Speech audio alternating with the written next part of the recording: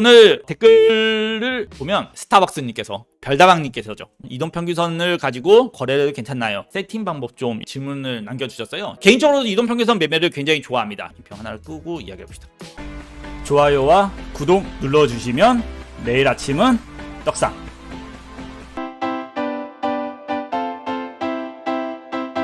개인적으로 저는 이제 1시간 차트의 이동평균선 굉장히 좋아해요.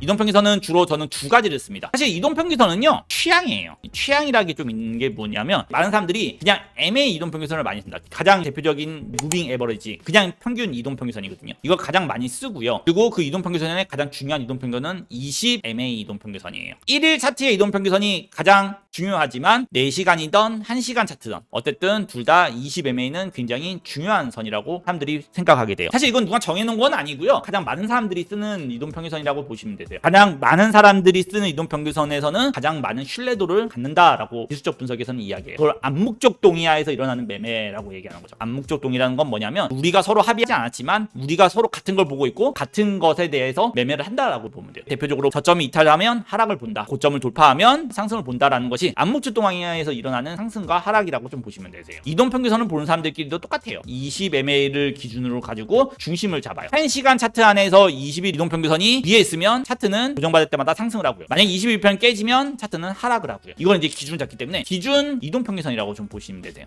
뭐가 20 MA가. 이동평균선은 어떻게 세팅하냐? 간단합니다. 위에 지표를 눌러서요. 여기에 이동평균선에 치시면 되세요. 그러면 맨 위에 이제 이동평균선이 나오잖아요. 이 이동평균선을 키시면 되시고요. 이동평균선을 키면 처음에는 세팅을 좀 해줘야 돼요. 이동평균선 더블 클릭해보면 길이라고 나오는 거 있잖아요. 길이. 이거를 20으로 세팅해 주시면 되세요. 그러면 이제 이게 20 MA. 20 MA라는 뜻은 뭐냐면 캔들 20개의 평균 가격이라고 합니다. 그래서 이동평균선을 가지고 이동평균선 위로 너무 많이 올라갔다. 이게 지금 분홍색 이동평균선이 20 MA거든요. 너무 많이 올라갔다. 그러면 시장이 생각하는 평균가보다 거품이 끼었다라고 보게 되는 거죠. 이건 아주 단기적인 관점에서 본다라고 보시면 되세요. 그렇기 때문에 보통 제가 이제 항상 이야기가 뭐냐면 이 평은 항상 배류를 맞춘다. 이동평균선이 멀어진 걸 얘기합니다. 이런 식으로 평균적인 거는 20 이동평균선을 가지고 멀어지면 괴류를 맞춘다라는 거죠. 이 거리가 괴류율이라고 얘기하거든요. 만약에 차트가 갑자기 심각하게 많이 올랐어요. 그래서 보게 되면 평균적인 가격은 여기인데 시장에서 평균적인 거래에 대한 가격은 여기인데 사람들이 너무 높은 가격에서 거래를 하고 있어요. 그러면 시장은 이거를 맞추려고 하는 성향이 있어요. 근데 두 가지 방법이죠. 맞추는 방법은 두 가지입니다. 시장이 하락을 해서 맞추거나 아니면 하락을 안 하고 고가놀이라고 하죠. 고점에서 횡보를 하다가 이 평이 올라올 때까지 맞추거나 그러면 그 이동평균선에서 다시 뭐가 나와요? 반등이 나와요. 매수가 들어오는 거죠. 왜 매수가 들어와요? 암묵적 동의하에 대한 기준 때문에 그래요. 질문하신 분이 그러셨잖아요. 이 평만 가지고 매매가 가능하냐? 여기서 좀 재미난 얘기를 한다 그러면 마켓 메이커라고 해가지고요. 시세를 이제 어느 정도 맞추는 여러분들은 세력이라고 표현하고요. 금융시장이나 기술적 분석을 하는 사람들은 마켓 메이커라고 얘기를 합니다. 세력은 좀 별개라고 얘기하고요. 여러분들이 알고 있는 세력이 실제로는 마켓 메이커인 경우가 굉장히 많아요. 마켓 메이커 같은 경우에는 뭐 전문적인 거로 보려면 이제 시세를 어느 정도 안정을 맞춰주는 세력이라고 얘기를 하거든요. 그럼 마켓 메이커들이 기본적으로 시세를 어느 정도 유지할 때 가장 많이 쓰는 게 이동평균선이에요. 이동평균선을 가지고 어느 정도 오르고 나면 조정받을 때 그런 마켓 메이커들의 개입이 있는 거죠. 이 평에 대한 개입으로 시장을 끌어올린다라고 좀 보시면 되세요. 그렇기 때문에 이동평균선은 단순히 매매만 가능한 게 아니고 큰 마켓 메이커이나 큰 자금을 돌리는 사람들도 많이 활용하는 매매법이라고 좀 보시면 되시고요. 쉽게 이동평균선만 가지고 매매를 한다라고 이제 얘기를 한다고 보면 가장 단순합니다. 자, 이동평균선을 놓고요. 만약에 시세가 그 아래에 머무고 있다가 돌파를 하잖아요. 보통 이동평균선을 가지고 돌파 매매는 하지 않습니다. 이 평을 가지고 돌파 매매는 잘 안 해요. 왜냐하면 이 평은 돌파를 할 수도 있고 저항을 받고 떨어질 수도 있기 때문에 이동평균선을 가지고 시세가 돌파했다고 해서 매매가 잘 들어가지는 않아요. 그러면 이동평균선을 갖다가 매매를 어떻게 하냐 그러면 이동평균선을 돌파하고 난 이유죠. 이동평균선을 돌파하고 난 이후에 조정의 그 이동평균선에서 매매를 해요. 이게 기본적 이동평균선에 대한 매매 방식입니다. 이평 매매 방식이라고 보시면 돼요. 그래서 돌파가 되는 시점에서 진입하는 게 아니고요. 돌파가 되고 나서 어느 정도 올렸으면 조정을 받을 때 그 이동평균선을 지지 역할로 생각하고 또 진입을 한다고 보시면 돼요. 반대로 이제 이런 구간도 있겠죠. 이동평균선을 잘 유지하고 있다. 아래로 뚫리면 어떻게 돼요? 올라올 때 저항으로 작용하고 매도 포지션을 가져가는 거죠. 이동평균선만 가지고 매매를 할 수 있냐 그러면 가장 기본적인 매매는 이 방법을 가장 많이 씁니다. 돌파를 하고 나서 조정을 받을 때 이동평균선에서 매매를 하는 겁니다. 그래서 돌파가 될 때 들어가지 말라고 얘기를 많이 해요. 그게 이제 이런 관점 때문에 그래요. 돌파가 됐지만 바로 꺼지는 경우가 많이 있습니다. 이렇게 어느 정도 돌파가 되고 유지가 된 상태에서 조정을 받는 것을 봐요. 괴리를 생겼을 때 들어간다고 얘기하는 거죠. 예를 들어서 이런 구간을 보는 거죠. 각 거래소별 수수료 할인 링크는 방송 하단에 더보기와 댓글로 남겨두었으니 참고하시기 바랍니다.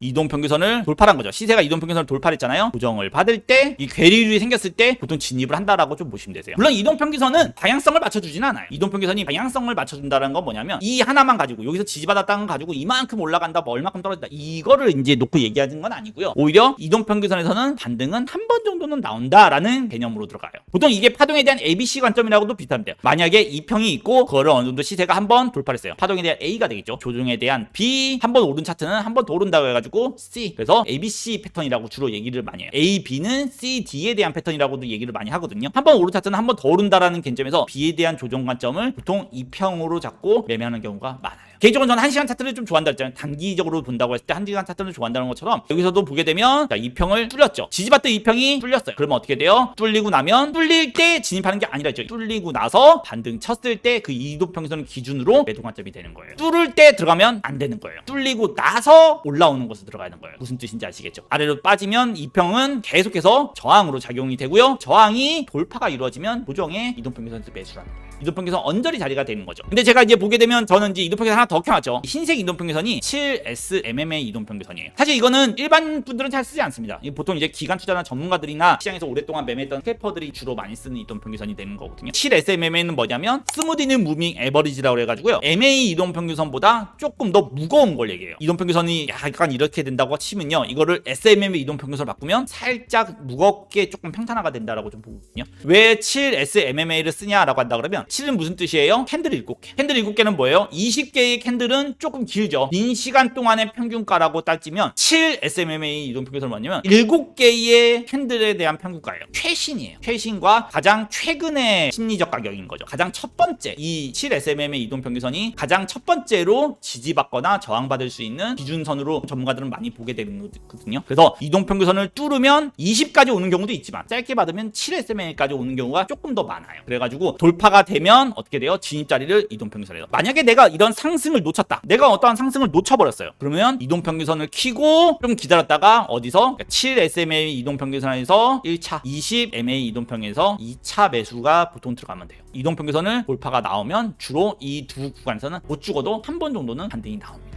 여기서도 보게 되면 어떻게 돼요? 사실 이 꼬리가 이까지 갔다 왔죠? 이 차트를 한번 보게 된다 그러면 이렇게 되는 거죠. 사실 이걸 15분 차트로 바꿔놓고 본다 그러면 반등이 나왔다가 떨어진 거를 볼 수 있을 거예요. 1시간 차트로 바꿔놓고 또 본다 그러면 이동평균선을 돌파하니까 고정의 이동평균선에서 반등을 한번 나왔다가 빠진 걸 좀 볼 수 있을 거예요. 그래서 보통 이 평은요 단기 트레이딩에서 많이 씁니다. 장기 트레이딩에서 쓰기에는 분석을 할 땐 좋아요. 이게 상승 추세냐 하락 추세냐 분석할 때 좋지만 매매를 하기 위해서 한다 그러면 보통 단기적으로 좀 많이 본다 그러면 돼요. 그래서 원웨이 하락이라고 하잖아요. 갑자기 상승이 가팔라지기 시작하면 이동평균선을 가지고 진입자리를 찾기가 굉장히 쉬워요. 이런 식으로 다 2평에서 저항이죠. 언제까지? 2평을 뚫고 올라올 때까지. 반대로 상승 때도 비슷합니다. 갑자기 추세가 상승을 타기 시작하면 내가 놓쳤어. 올라가는 것에 따라타는 게 아니고요. 고정의 2평에서 따라타면 되는 거예요. 단기 트레이드 보면 2평에서 따라타고 먹고 수익 실현하고요. 그리고 또 2평에서 따라타고 반등에 수익 실현인데 반등이 애매해가지고 횡보 구간에 진입한다 그러잖아요. 그러면 이제 그때부터는 2평에 대한 신뢰도가 죽었다라고 생각하고 지지 매물대 구간으로 뚫렸냐 안 뚫렸냐 보는 거죠. 그래서 이동평균선으로 가지고 단기적으로 매매를 할 수 있냐 기준을 잡을 수 있냐 단기 트레이더들한테는 좋은 매매법이라고 보시면 되세요. 이동평균선 세팅하는 방법은 단순합니다. 지표 켜서 그냥 이동평균선이라고 치면 되고요. 이동평균선이라고 치면 바로 나오고요. SMMA 이동평균선 있잖아요. 스무디드 무빙 에버리지라고 해가지고 이게 제가 쓰는 7SMMA라고 보시면 되세요. 만약에 내가 이동평균선 단기 매매를 하겠다 그러면 이 두 이동평균선을 사용해서 매매하는 것을 개인적으로 추천을 드려요. 영상은 도움이 되셨나요? 멤버십 가입을 통해 보다 전문적인 영상과 혜택을 받아볼 수 있습니다. 멤버십 가입은 영상 우측 가입을 통해 확인할 수 있습니다. 구독과 좋아요를 눌러주신다면 내일 아침은 떡상